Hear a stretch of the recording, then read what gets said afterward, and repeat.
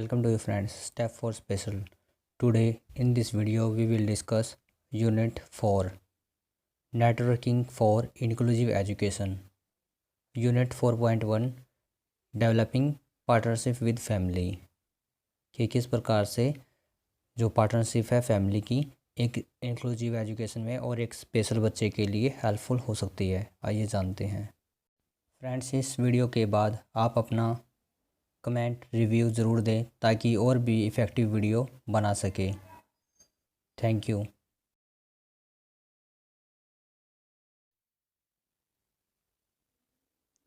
Unit 4 networking for inclusive education ये यहाँ पर दिया गया है। आज इसके बारे में हम जानेंगे।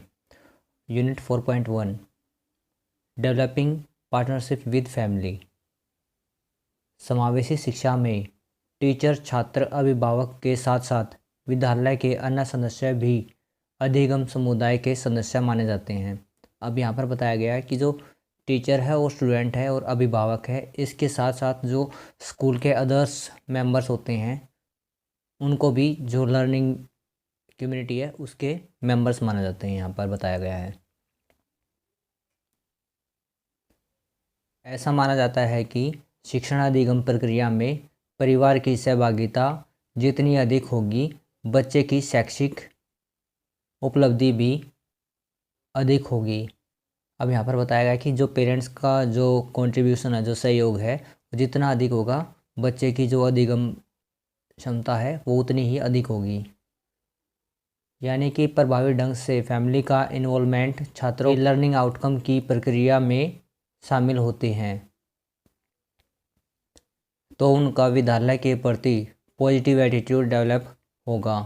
अब यहाँ पर बताया गया है कि अगर पेरेंट्स बच्चे के साथ इन्वॉल्व रहेंगे, उसका ध्यान रखेंगे, उसको लर्निंग करने में हेल्प करेंगे, तो जो बच्चे का एटीट्यूड है वो पॉजिटिव लर्निंग रहेगा और उसके अंदर जो शैक्षिक योग्यता है वो अच्छे से डेवलप हो पाएगी। ये यहाँ पर बताया गया है।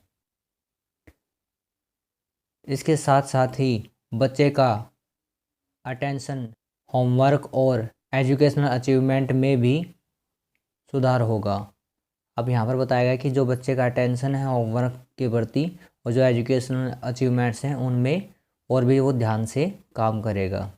इसके अलावा प्राइमरी तथा सेकेंडरी लेवल पर छात्रों का इन्वॉल्वमेंट बढ़ेगा और ड्रॉप आउट रेट कम होगा। अब यहाँ पर बताया गया कि अगर पेरेंट्स की सहभागिता अधिक होगी तो बच्चों का जो प्राइमरी और सेकेंडरी लेवल पर जो इन्वॉल्वमेंट है वो ज़्यादा रहेगा।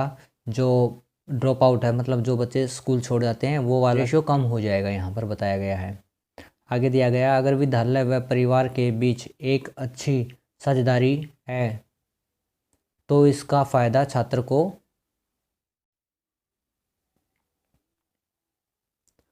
अभिभावक, विद्यालय वह समाज सभी को होगा। अब यहाँ पर बताया गया है कि अगर बच्चे का ओवरऑल डेवलपमेंट होगा तो उसमें सबका फ़ायदा होगा, सबके लिए लाभदायक होगा। ये यहाँ पर बताया गया है।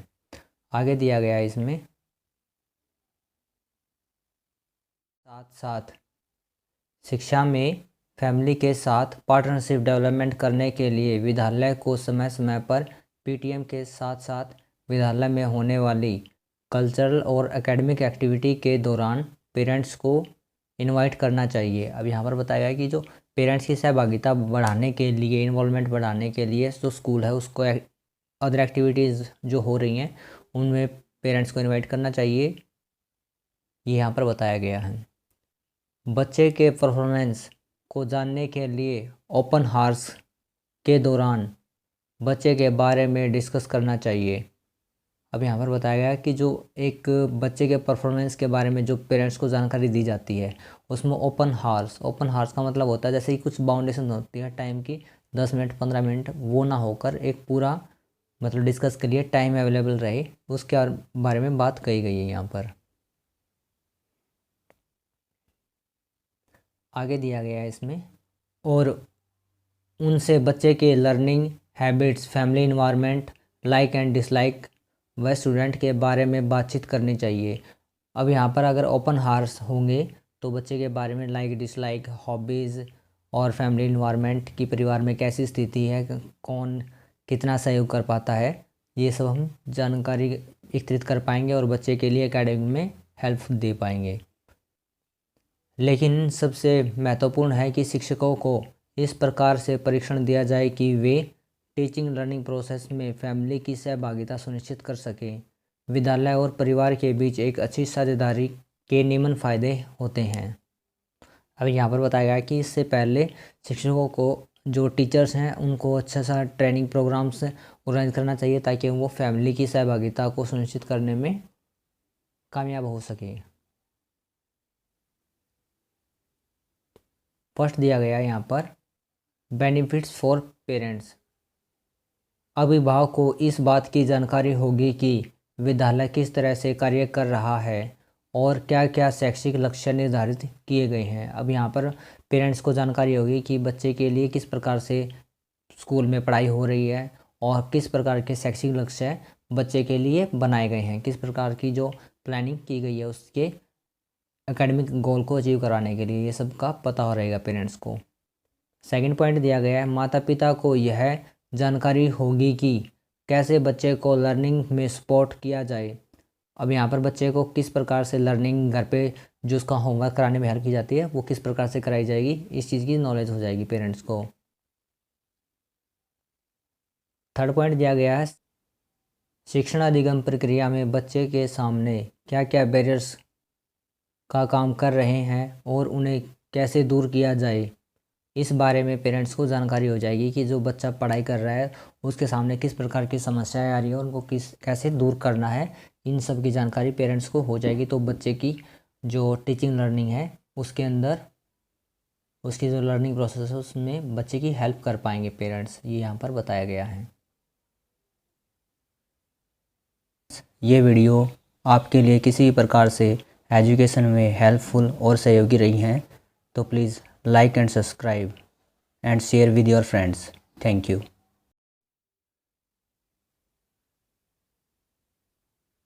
4 पॉइंट दिया गया है बच्चे की शैक्षिक स्थिति के बारे में पूरी जानकारी होगी जिससे फर्दर प्लान करने में सहयोग मिलेगा। अब यहाँ पर बच्चे की पूरी जानकारी पेरेंट्स को मिलेगी और उसके बारे में आगे की प्लानिंग करने में आसानी हो जाएगी।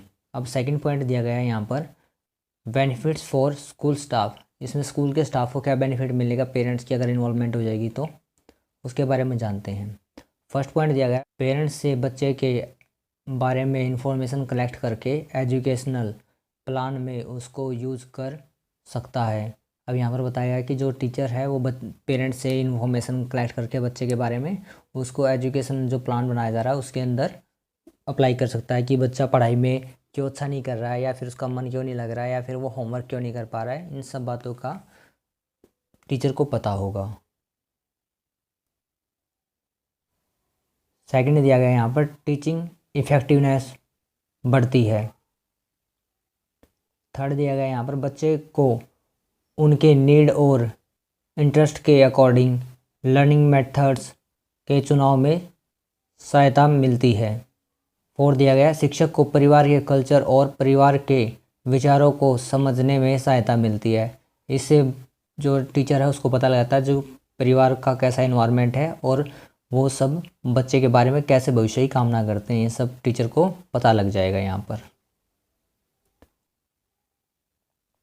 आगे दिया गया है barriers to developing partnership with family. अभी यहाँ पर थर्ड पॉइंट दिया गया है, इसके बारे में जानते हैं। शिक्षण अधिगम प्रक्रिया में परिवार के साथ साझेदारी विकसित करने में कई ऐसे फैक्टर होते हैं जो रुकावट का काम करते हैं। इसमें से कुछ विद्यालय से संबंधित होते हैं, कुछ शिक्षकों से संबंधित होते हैं और कुछ परिवार से संबंधित होते हैं। इन सब में से कुछ कॉमन बैरियर्स इस प्रकार से हैं। अब यहाँ पर बताया गया है कि कुछ से प्रॉब्लम्स होती हैं जिनका हम इस प्रकार से अध्ययन कर सकते हैं, उसका मैनेजमेंट करने के लिए हमें हेल्प मिल सकती है अगर हमें पेरेंट्स की पार्टनरशिप मिल जाती है और बैरियर फ्री जो इन्वायरमेंट है उसको क्रिएट करने में हमें बहुत सहायता मिलती है। फर्स्ट दिया गया यहाँ पर समय की समस्या, जो टाइम की प्रॉब्लम है बच्चे को वो वाली दूर हो सकती है।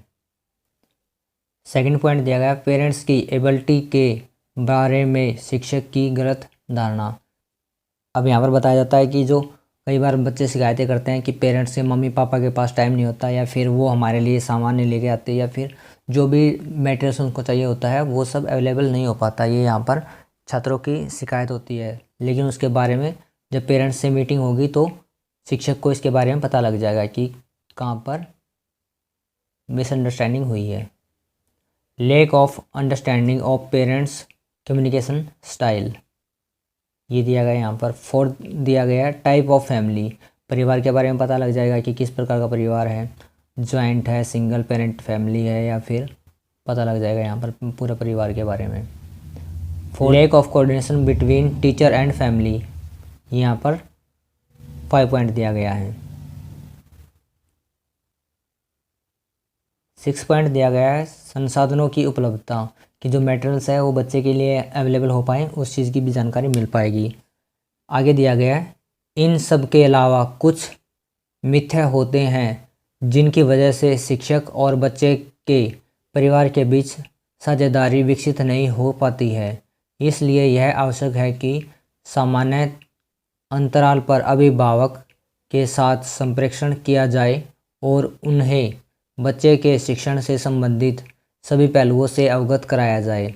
यहाँ पर बताया गया कि कुछ मिथ होते हैं, कुछ मिसअंडरस्टैंडिंग होती हैं, या फिर असत्य होता है। मिथ का मतलब होता है जो झूठ, उन सब के बारे में बच्चे के जो भी प्रॉब्लम्स आ रही है उसके बारे में पेरेंट्स के साथ टीचर डिस्कस करेगा और उसको सोल्व आउट कर पाएगा, ये यहाँ पर बताया गया है।